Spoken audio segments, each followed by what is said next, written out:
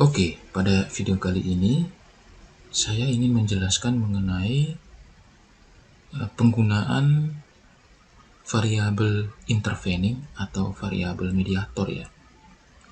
Nah, variabel mediator ini itu dia bisa menyebabkan yang namanya partial mediation atau full mediation.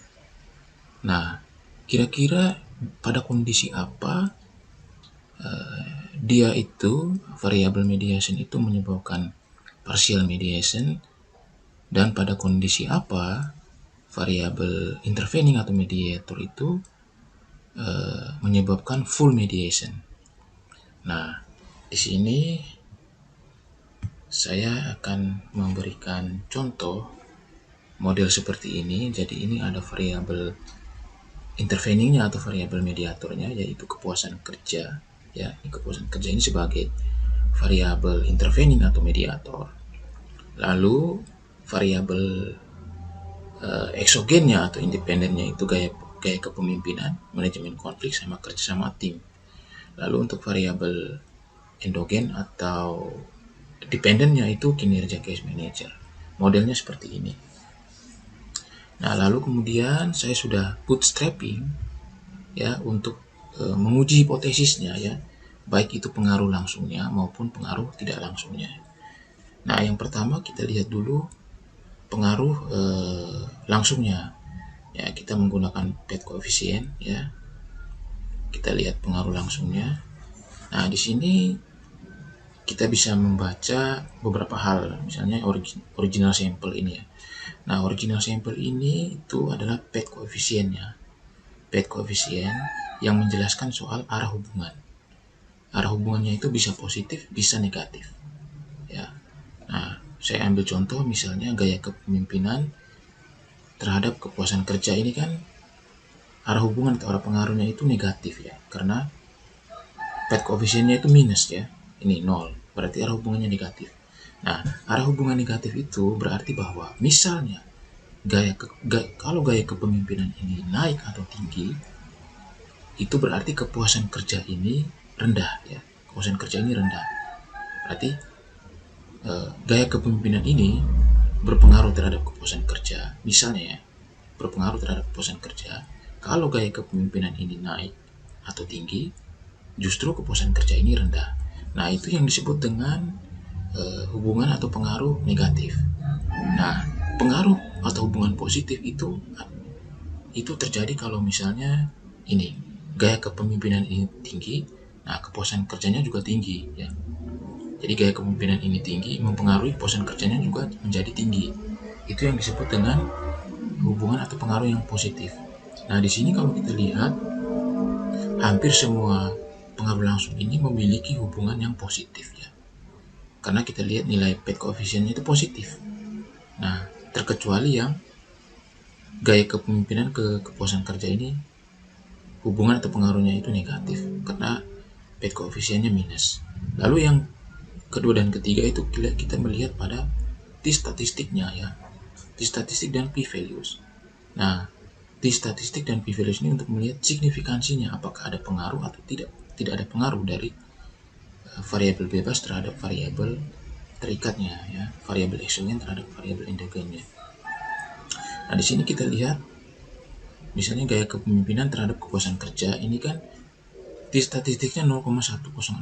Nah, kriterianya itu kalau t-statistiknya itu lebih dari 1,96 maka bisa kita katakan itu signifikan ya, atau ada pengaruh.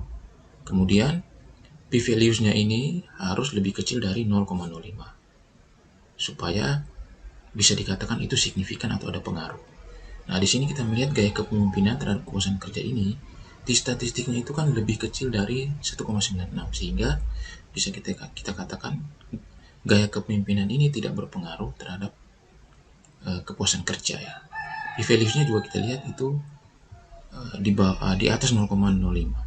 Begitupun gaya kepemimpinan terhadap kinerja case manager juga tidak ada pengaruh karena t-statistiknya itu lebih kecil dari 1,96 dan p-values-nya itu lebih besar dari 0,05. Nah, kepuasan kerja terhadap kinerja case manager itu berpengaruh ya. berpengaruh positif ya, karena bad coefficientnya positif, jadi berpengaruh positif ya terhadap kinerja case manager ya, karena kita lihat di statistiknya lebih besar dari 1,96, lalu p-values-nya juga lebih kecil dari 0,05. Begitupun yang lainnya kayak kerja sama tim kepada kepuasan kerja, kerja sama tim ke kinerja case manager, manajemen konflik kepada kepuasan kerja juga signifikan semua ya, dan positif ya, signifikan dan positif. Sedangkan manajemen konflik terhadap kinerja case manager ini tidak ada hubungan gitu. Nah ini kalau pengaruh langsung. Nah, sekarang kita melihat pengaruh tidak langsungnya.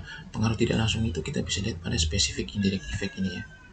Nah ini, oke, nah ini juga ada original sampelnya, bad coefficient, lalu kemudian ada statistik dan p-values. Nah di sini kan kita lihat gaya kepemimpinan, pengaruh gaya kepemimpinan terhadap kinerja case manager melalui kepuasan kerja sebagai variabel interveningnya ini, itu ternyata tidak ada pengaruh gitu ya, tidak ada pengaruh langsungnya ya, tidak ada pengaruh tidak langsungnya gitu. Karena statistiknya itu kan lebih kecil dari 1,96, p-values-nya lebih besar dari 0,05. Nah kita beralih ke kerjasama tim ya, pengaruh kerjasama tim terhadap kinerja case manager melalui kepuasan kerja sebagai variabel intervening atau mediator, itu kita lihat ada pengaruh tidak langsungnya ya. Jadi kepuasan kerja ini ya memediasi pengaruh dari kerjasama tim terhadap kinerja case manager. Nah, tetapi kita perlu melihat apakah kepuasan kerja ini itu sifatnya itu full mediasi atau partial mediation. Nah, kita kembali kepada pengaruh langsungnya. Nah, kita melihat pengaruh langsung dari kerjasama tim terhadap kinerja case manager ya, kerjasama tim terhadap kinerja case manager. Nah di sini kita lihat kerjasama tim terhadap kinerja case manager juga ada pengaruh gitu, ada pengaruh ya, ada pengaruh di sini kita lihat. Nah lalu di pengaruh tidak langsungnya juga ada pengaruh tidak langsung kepuasan kerja ini ya sebagai variabel mediator. Nah artinya kerjasama tim ini pada pengaruh langsungnya juga dia berpengaruh terhadap kinerja case manager. Nah, ketika ada kepuasan kerja sebagai variabel mediator, dia juga ada pengaruh gitu ya. Dia juga ada pengaruh gitu. Ada pengaruh si kerjasama tim ini terhadap kinerja case manager melalui kepuasan kerja. Nah, jadi di sini bisa kita artikan bahwa si kepuasan kerja ini itu sifatnya itu sebagai partial mediation ya, atau pengaruh tidak langsungnya itu hanya setengah gitu ya, tidak full mediation tapi partial mediation. Nah kenapa dia partial mediation? Karena itu tadi, ada ataupun tidak ada si kepuasan kerja ini ya, kerjasama tim ini tetap berpengaruh terhadap kinerja case manager. Makanya si kepuasan kerja ini sebagai variabel mediatornya dia hanya partial mediation ya, hanya sebagai partial mediation saja. Nah oke, lalu kita lanjut pada manajemen konflik ini ya terhadap kinerja case manager. Pengaruh manajemen konflik terhadap kinerja case manager melalui kepuasan kerja. Di sini kan kita lihat dia ada pengaruh tidak langsungnya dari kepuasan kerja ini, karena kita lihat di statistiknya ini kan lebih besar dari 1,96, lalu p-values-nya itu lebih kecil dari 0,5, sehingga ini ada pengaruh tidak langsungnya, ada pengaruh tidak langsungnya. Jadi si kepuasan kerja ini memediasi pengaruh dari manajemen konflik ini terhadap kinerja case manager.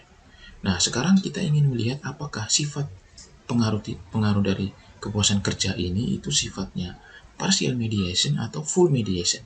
Nah, kita kembali ke bad coefficient untuk melihat pengaruh langsungnya dari manajemen konflik terhadap kinerja case manager.